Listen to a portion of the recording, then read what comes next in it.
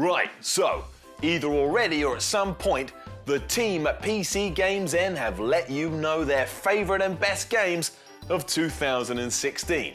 And you know what? That's fine. Everyone is entitled to an opinion, even a bunch of bearded cabbages that worship a buffoon box, aka the PC. That's bad enough, but bread on a cabbage? Don't add unnecessary carbs to your vegetables, plonker. The problem is, you may buy into this list when you should be buying into something else. And literally speaking, that should be the housing market.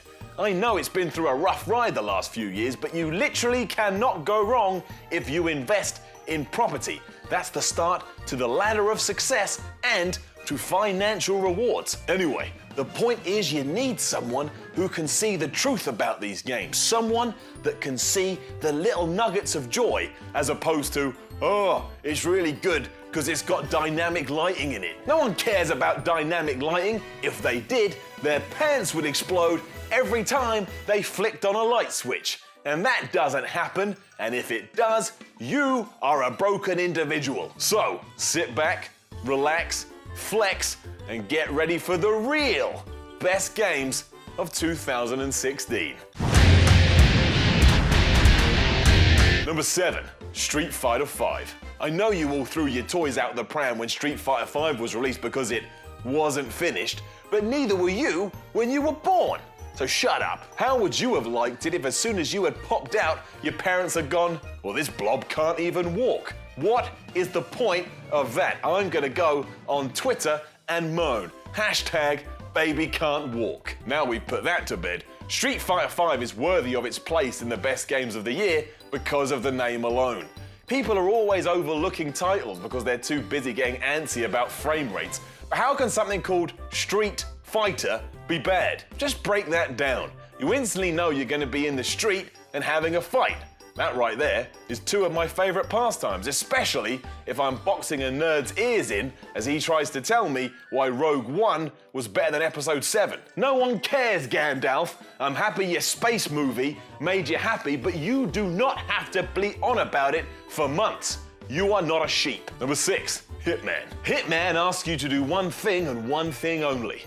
Hunt down a target and assassinate them. Now that's some dark stuff right there, especially when you learn you can straight up throw someone off of a balcony. Imagine you read that in a newspaper. Cold-hearted killer shoves man off terrace.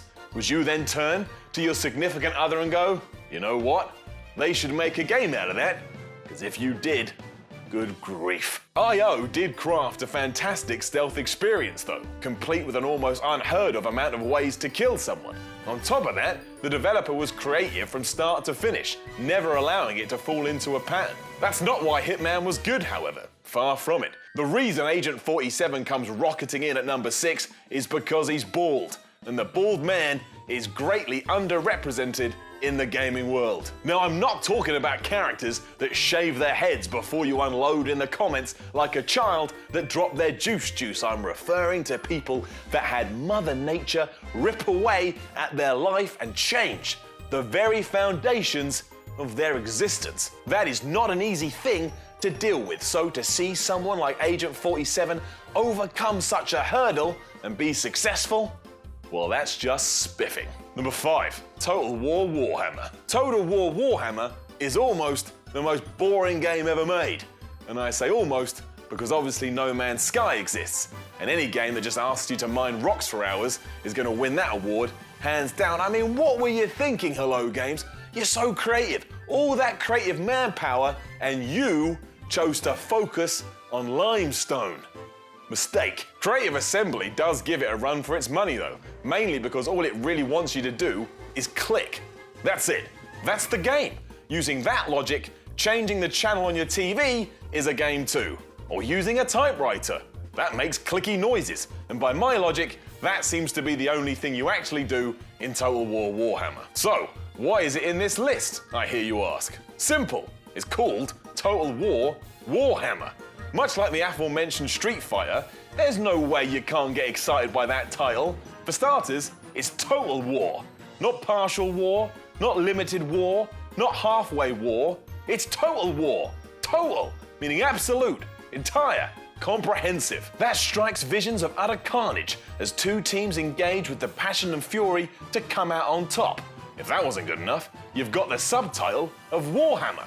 Let's break that down quickly. The first syllable is war, which we've already established is great, and is greater still because the developer actually worked it in twice. Then you've got Hammer, a glorious weapon of destruction that can also be used for important DIY emergencies. It's just a shame that when you play it, it's drier than EVE Online, a game where all you do is barter, like David Dickinson. Number 4, Battlefield 1. Do you know what most shooters do?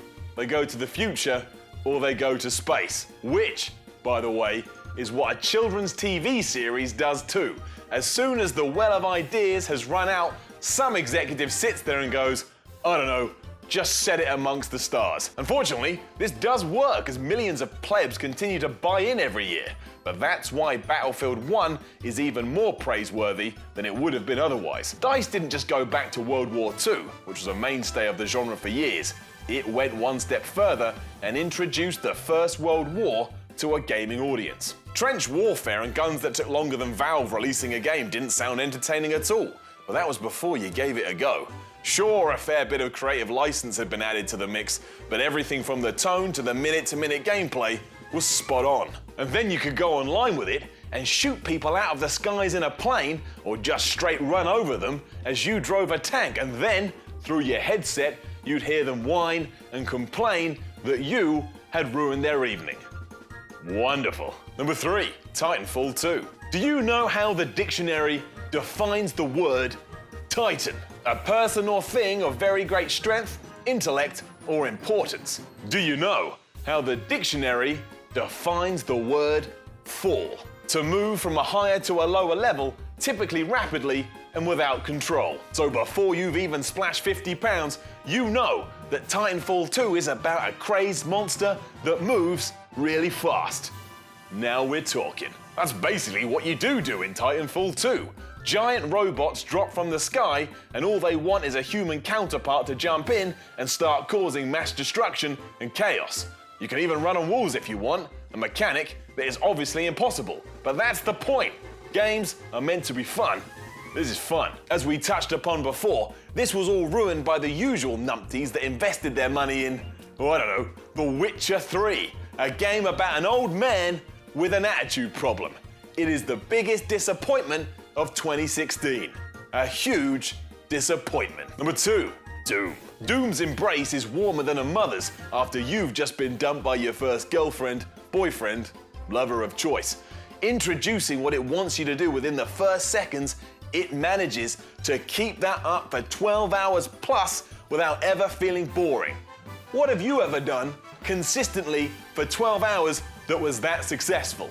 Exactly. You would score less than Doom. Understanding that fun is fun, it slapped a gun in your hand and screamed at you, "Go kill Hellspawn," before letting you also know that you can beat up said Hellspawn by punching them square in the face. This would be good enough, but when you do land a right hook, these jabronis' heads just explode like small bundles of joy. Doom also continues to give you guns as if it thinks there's a time limit of how long it can exist. Better still, these weapons continually get more and more audacious until it feels like you're the greatest person who ever lived. And you are too, because if anybody disagreed with you, you could just shoot them with one of these creations and then watch as they realize that they'd made the biggest mistake of their lives. So, ipso facto, Doom is a wonderful metaphor for life itself. And there you were thinking it was just shooty, bang bang. Number 1, Gears of War 4. Gears of War 4 has Marcus Phoenix. Gears of War 4 has Jack Dudes. Gears of War 4 has chainsaw kills, and Gears of War 4 has real guns. Do I really need to go on? Clearly I do, because not enough people in the world seem to understand how important the Coalition's game is to society. Take JD, Marcus's son. This peon hasn't continued the Phoenix legacy at all and is more or less a shrimp compared to his dad. What do you think the former leader of Delta Squad thinks of that? Of course the two were gonna fall out. This little shit wouldn't even squat. It's like a bodybuilder and a CrossFitter trying to be friends. It just ain't gonna happen. Before all is said and done though, the rift between the two is a little less severe than it was. they have learned to accept each other's differences, and both are better human beings because of it. Love and respect has won out even when it seemed impossible. Are you trying to tell me we wouldn't be better off if that's how the real world worked? Of course we would be.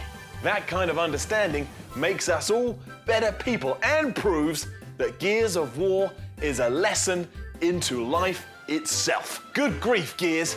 You have truly outdone yourself this time. Huzzah! Now don't forget to subscribe to the channel for more Miller Rapport episodes in the future, and then like, share, and leave a comment below.